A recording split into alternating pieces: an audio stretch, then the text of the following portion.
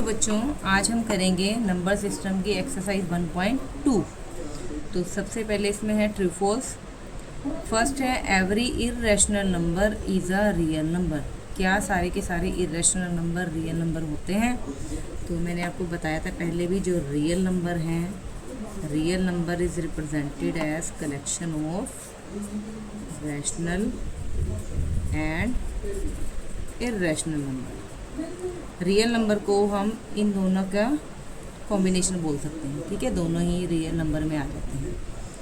तो क्वेश्चन पूछा है इर्रेशनल नंबर रियल नंबर होंगे? बिल्कुल होंगे, क्योंकि सारे के सारे इर्रेशनल नंबर रियल नंबर के अंडर ही आते हैं। तो फर्स्ट का आंसर हो जाएगा ट्रू, क्योंकि ये ऑलरेडी इसमें इंक्लूडेड होते हैं, ठीक है। सेकेंड है every point on the number line is of the form of under root M. हम नंबर लाइन पे जितने भी पॉइंट ड्रॉ करते हैं वो रूट एम की फॉर्म में होंगे, लेकिन एम क्या होगा? Where M is natural number. तो हम क्या करेंगे, पहले नेचुरल नंबर ले लेंगे। हमें नेचुरल नंबर लेने के लिए बोला, तो नेचुरल नंबर आ जाएंगे हमारे 1 2 3 4 and so on to infinity, ठीक है। लेकिन m जो नेचुरल नंबर हमने लिया है, ये सारे m हैं, लेकिन m किसकी फॉर्म में होगा? अंडर रूट m की। तो हम क्या करेंगे, इस पे सब पे लगा देंगे under root 2 root 3 root 4 and so on, ठीक है। अब क्वेश्चन क्या है कि नंबर लाइन पे जितने पॉइंट होंगे हम उनको रूट m की फॉर्म में रिप्रेजेंट कर सकते हैं। तो देखो, ये नंबर लाइन है, नंबर लाइन में बीच में क्या होगा? 0। रूट 1 को हम रिप्रेजेंट कर सकते हैं, रूट 1 क्या होगा? 1। इधर हमारे नंबर लाइन पे सारे के सारे पॉजिटिव होते हैं और इधर हमारे हो जाएंगे नेगेटिव नंबर्स, ठीक है, अप टू माइनस इन्फिनिटी, ये अप टू प्लस इन्फिनिटी। अब रूट 2 और रूट 3 को भी हम नंबर लाइन पे रिप्रेजेंट कर सकते हैं। उसको आप अभी इसके क्वेश्चन नंबर 3 में देखोगे, एक्सरसाइज 1.2 पे, ठीक है, ये हम आपको सिखाएंगे। रूट 4 जो होगा ये किसके इक्वल होता है? 2 के। तो देखो, 2 को भी हम रिप्रेजेंट कर सकते हैं। रूट 1 1 के इक्वल होगा, 1 को भी रिप्रेजेंट कर सकते हैं। अब इसमें देखो, सारे के सारे पॉजिटिव नंबर तो आ गए, लेकिन नेगेटिव नंबर हमारे रह जाएंगे, क्योंकि नेचुरल नंबर में नेगेटिव नंबर नहीं होगा। तो इसलिए ये हमारा हो जाएगा फॉल्स, ठीक है। Now third part, every real number is an irrational number. अब ये देखो, ये फर्स्ट वाले का अपोजिट है, इसका अपोजिट है। पहला क्या था? Every irrational number is a real number. इसमें क्या है? Every real number is an irrational number. क्या रियल नंबर इर्रेशनल होते हैं? थर्ड पार्ट में ये पूछा है, ठीक है। सबसे पहले हम एक डिजिट ले लेते हैं, मान लो 0 ले लिया हमने। 0 क्या होता है? Real number. तो अगर हम इसके नीचे 1 लगा दें तो ये देखो p/q फॉर्म आ गई, तो ये कैसे बन गया? रैशनल। क्या ये रैशनल है? नहीं है। तो इसलिए थर्ड पार्ट का आंसर हो जाएगा फॉल्स, क्योंकि सारे के सारे रियल नंबर इर्रेशनल नहीं होंगे। इसमें रैशनल भी होंगे और इर्रेशनल भी होंगे, क्योंकि रियल नंबर में दोनों होंगे, रैशनल भी इर्रेशनल भी। तो सारे के सारे रियल नंबर इर्रेशनल नहीं हो सकते, तो यह हमारा हो जाएगा फॉल्स, ठीक है। अब करते हैं क्वेश्चन नंबर 2। नंबर 2 क्या है? Are the square root of all positive integers irrational? If not, give an example of the square root of the number that is rational number. क्या सारे के सारे जो पॉजिटिव इंटीजर होंगे उनका अगर स्क्वायर रूट कर दें तो क्या वो सारे इर्रेशनल होंगे? अगर नहीं होंगे तो हमें एग्जाम्पल देने हैं जो कि रैशनल नंबर होंगे, ठीक है। तो अब इसमें देखो, इसमें लिखा है पॉजिटिव इंटीजर्स। तो पॉजिटिव इंटीजर्स कौन से होंगे हमारे पास? पॉजिटिव इंटीजर हमारे हो जाएंगे जो नंबर लाइन पे हम राइट साइड में ड्रॉ करते हैं, यानी कि 1 2 3 4 5 एंड सो ऑन, ठीक है। ये नंबर लाइन पे राइट साइड में होंगे, तो ये सारे के सारे पॉजिटिव होंगे। पॉजिटिव बोला, पॉजिटिव लिए, नेगेटिव नहीं लेना। अब इनका क्या करना है हमने? Square root. तो इनका सबका स्क्वायर रूट करेंगे, तो रूट 1 आ गया, under root 2 root 3 root 4 root, सबका स्क्वायर रूट कर दिया। क्या ये सारे के सारे इर्रेशनल होंगे? ये पूछा है, ठीक है। अब देख लेते हैं इसको। रूट 1 किसके इक्वल होगा? 1 के। अगर इसके नीचे डिनोमिनेटर में 1 लगा दें तो ये क्या आ गई? p/q form. लेकिन ये क्या सा बन गया? रैशनल। तो देखो, ये फॉल्स हो गया, ठीक है। तो सारे के सारे नहीं होंगे। √4 को देख लेते हैं। √4 किसके इक्वल होगा? 2 के। अगर डिनोमिनेटर में 1 लगा दिया, ये भी p/q फॉर्म आ गई, तो ये भी कैसा हो गया? रैशनल। ठीक है, तो फर्स्ट लाइन का आंसर आ जाएगा नो, क्योंकि सारे के सारे इरेशनल नहीं है, इसमें कुछ रैशनल भी है, तो नो। अब आगे देखो, हमने एग्जाम्पल देने हैं स्क्वायर रूट के जो पॉजिटिव इंटीजर हैं, जो कि हमारे रैशनल आ जाएंगे। तो ये हमारे हो गए एग्जाम्पल्स, ये दोनों हो गए एग्जाम्पल्स। इसके अलावा और भी ले सकते हो आप, √9 ले सकते हो, किसके इक्वल आ जाएगा? 3/1। ये भी p/q फॉर्म आ गई, तो ये भी कैसा होगा? Rational number. ठीक है, इसी तरह से आप √16 ले सकते हो। √16 क्या आ जाएगा? 4/1। ये भी p/q फॉर्म आ गई, तो ये भी कैसा होगा? Rational number.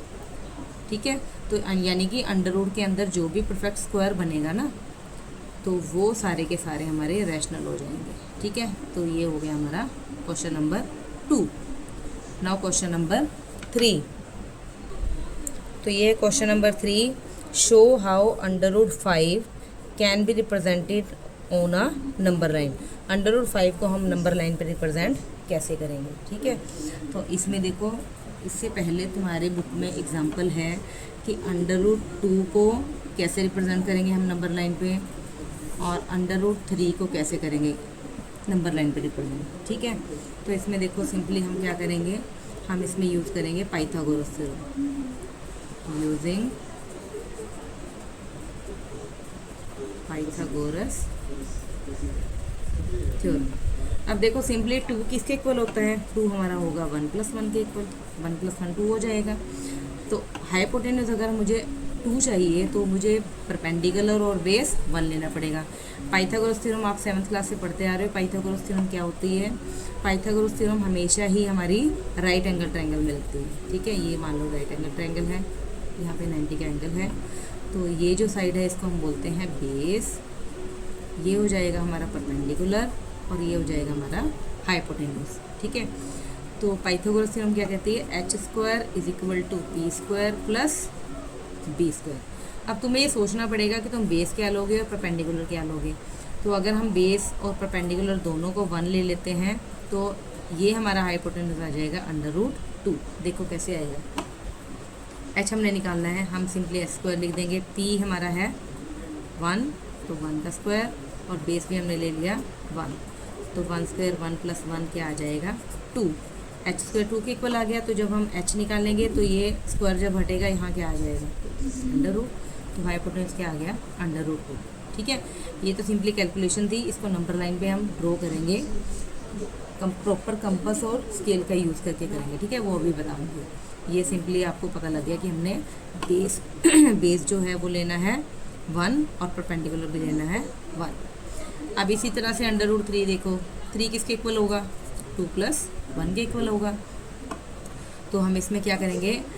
Using Pythagoras theorem, h² = p² + b²। अब 2 कैसे आएगा? 2 हमारा आएगा अगर हम √2 का स्क्वायर करेंगे, तो यहाँ आ जाएगा √2 का स्क्वायर, और ये आ जाएगा 1 का स्क्वायर। जरूरी नहीं है आपने परपेंडिकुलर 2 लेना है, बेस 1 लेना है, आप इसको इंटरचेंज भी कर सकते हो। ठीक है, आप यहाँ पे 1 ले सकते हो, यहाँ पे √2 ले सकते हो। ठीक है, तो कोई इशू नहीं है। अब देखो परपेंडिकुलर अगर 1 लिया, तो 1 का स्क्वायर क्या आ जाएगा? 1, और √2 का स्क्वायर क्या आ जाएगा? ये अंडर से कट जाता है, तो ये आ जाएगा 2, तो यहाँ आ गया 3। h² किसके ऊपर आ गया? 3, तो सिंपली h आ जाएगा √3। तो इस तरह से हाइपोटेन्यूज क्या आ जाएगा? √3। अगर 5 जो होता है, 5 किसके इक्वल होगा? 2 + 3 के इक्वल होगा, या 3 + 2। आप, मैंने बताया कि इंटरचेंज कर सकते हैं, तो आप सिंपली 3 + 2 भी लिख सकते हो, दोनों ही सही हैं। ठीक है, तो इसमें हम परपेंडिकुलर क्या लेंगे, बेस क्या लेंगे। अब 3 कैसे आएगा अगर हम √3 का स्क्वायर करेंगे, और 2 कैसे आएगा अगर √2 का स्क्वायर करेंगे। ठीक है, तो ये आ जाएगा हमारे पास 5। लेकिन ये ड्रॉ करना मुश्किल हो जाएगा अगर हम पाइथागोरस राइट एंगल ट्रायंगल लेंगे, तो उसमें हमें समझ नहीं आएगा कि √3 कैसे लेना है, √2 कैसे लेना है। ठीक है, तो ये मुश्किल है, इसको हम करेंगे स्किप। तो हम इसको करेंगे कैसे, देखो हम सिंपली 5 को लिखेंगे 4 + 1, क्योंकि 5 4 + 1 के इक्वल भी तो हो सकता है। तो हम क्या करेंगे, using Pythagoras theorem s square is equal to p square plus b square. 4 किसके स्क्वायर से आएगा? 2 के स्क्वायर से आएगा, तो यानी कि हम परपेंडिकुलर को ले लेंगे 2 और बेस हम ले लेंगे 1, तो ये आ जाएगा 4 + 1 यानी कि 5, तो h स्क्वायर हो गया 5, तो h हमारा हो जाएगा √5। ठीक है, इस तरह से हम इसकी कैलकुलेशन करेंगे। अब इसको हम नंबर लाइन पे रिप्रेजेंट कैसे करेंगे, उसके लिए हम ज्योमेट्री बुक्स का यूज़ करेंगे, वो बताते हैं, आपको ड्रॉ करना सिखा देते हैं। सबसे पहले हम क्या करेंगे, बेस ले लेंगे, हम पहले नंबर लाइन ड्रॉ करेंगे। हमने देखो नंबर लाइन ड्रॉ कर दी। ठीक है, नंबर लाइन पे कहीं पे आप बना दो 0। ठीक है, अब यहाँ से देखो परपेंडिकुलर आपने लिया है। सबसे पहले मैं √2 बताती हूँ। √2 हमने जो किया था वो क्या किया था, हमने बेस भी 1 लिया था और परपेंडिकुलर भी 1 लिया था। ठीक है, 1 स्क्वायर + 1 स्क्वायर तो √2 आ गया था। तो अब हमारा परपेंडिकुलर क्या है 1 और बेस भी क्या है 1। तो हम इसमें देखो स्केल में एक तरफ तो होते हैं सेंटीमीटर, ठीक है, ये कम डिस्टेंस में होंगे, और दूसरी तरफ होंगे हमारे इंच। तो मैं प्रेफर करूँगी कि आप इंच लेना, ठीक है, क्योंकि इंच खुले होंगे तो आपको 90 डिग्री का एंगल बनाने में भी प्रॉब्लम नहीं आएगी। आप सेंटीमीटर भी ले सकते हो, वो भी सही है। तो मैं यहाँ पे इंच ले रही हूँ। मैंने यहाँ पे बेस जो ले लिया 1 इंच ले लिया, तो बेस आ गया मेरा 1 यूनिट। हम इसको यूनिट लिखेंगे। ठीक है, अब हम करेंगे यहाँ पे 90 डिग्री का एंगल ड्रॉ। बेस हमने 1 ले लिया, अब हमने परपेंडिकुलर 1 लेना है, तो हम यहाँ पे कंपास से बनाएंगे 90 डिग्री का एंगल। आप इसको D से भी बना सकते हो, प्रोटेक्टर का यूज़ करके सिंपली 90 पे पॉइंट लगा के, तो 90 का एंगल वैसे भी बना सकते हो आप, वो आपके लिए ईजी रहेगा।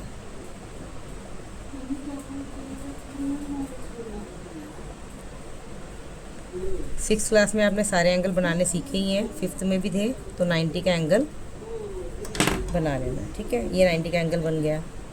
अब हम क्या करेंगे,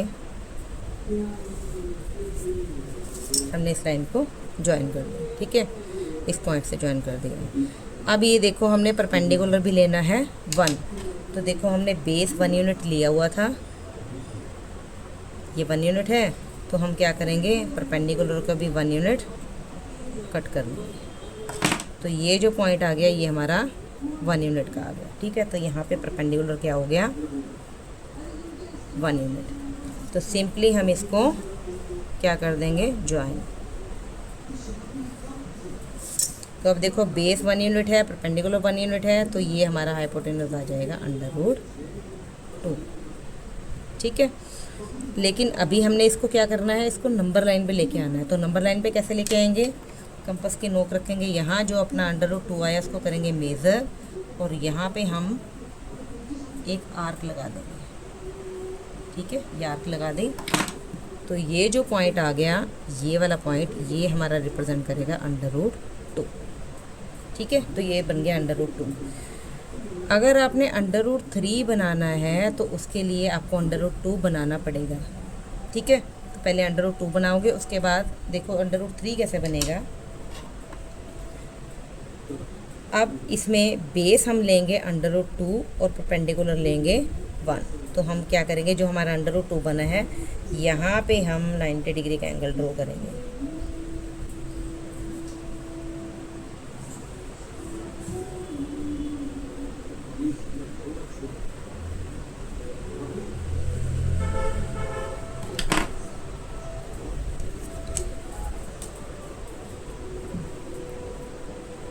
आपने ये सारा काम पेंसिल से करना है। ठीक है, अब देखो यहाँ पे ये 1 यूनिट था, तो सिंपली हम यहाँ से भी इसको 1 यूनिट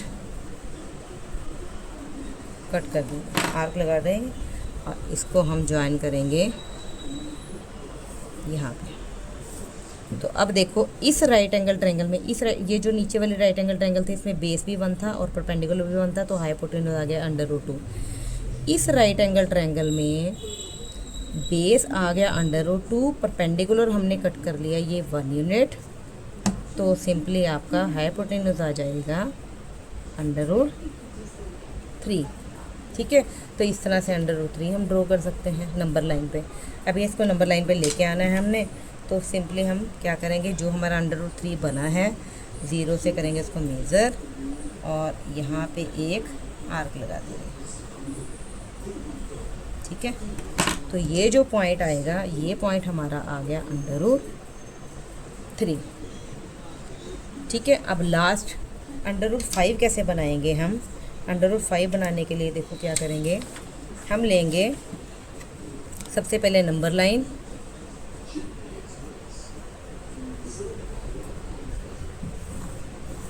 हमने एक नंबर लाइन ड्रॉ कर ली। ठीक है, इससे कर देते हैं आपको, ये नंबर लाइन ड्रॉ हो गई। यहाँ हम ले लेंगे 0। अब अंडर रूट 5 में क्या था, देखो हमने जो बेस लिया था वो तो लिया था 2 और परपेंडिकुलर लिया था 1। ठीक है, आप इंटरचेंज भी कर सकते हो, मैंने बेस ये लिया है, परपेंडिकुलर ये, आप परपेंडिकुलर 2 और बेस 1 भी ले सकते हो, दोनों मेथड से सही है, गलत नहीं होगा। अब हमने बेस लेना है 2,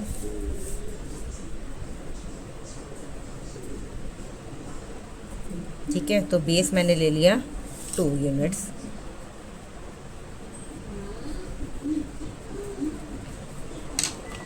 फिर सेम प्रोसेस इस पॉइंट पे हम बनाएंगे 90 डिग्री का एंगल।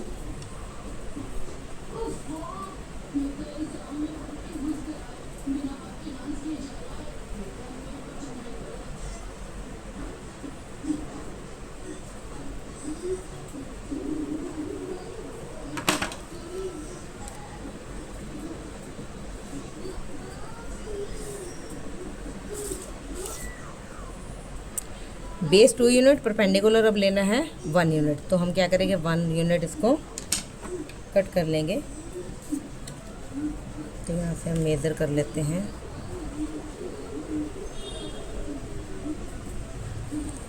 वन यूनिट और 1 यूनिट मैंने यहाँ पे कट कर दिया। इसको हम कर देंगे ज्वाइन।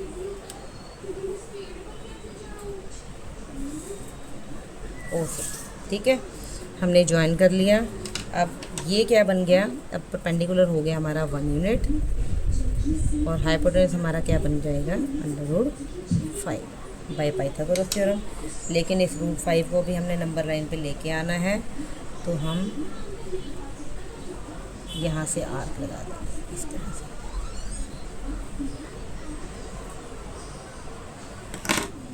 ये पॉइंट हमारा शो हो जाएगा, ये पॉइंट हमारा शो करेगा अंडर रूट 5। तो बेटा ये थी 1.2 एक्सरसाइज।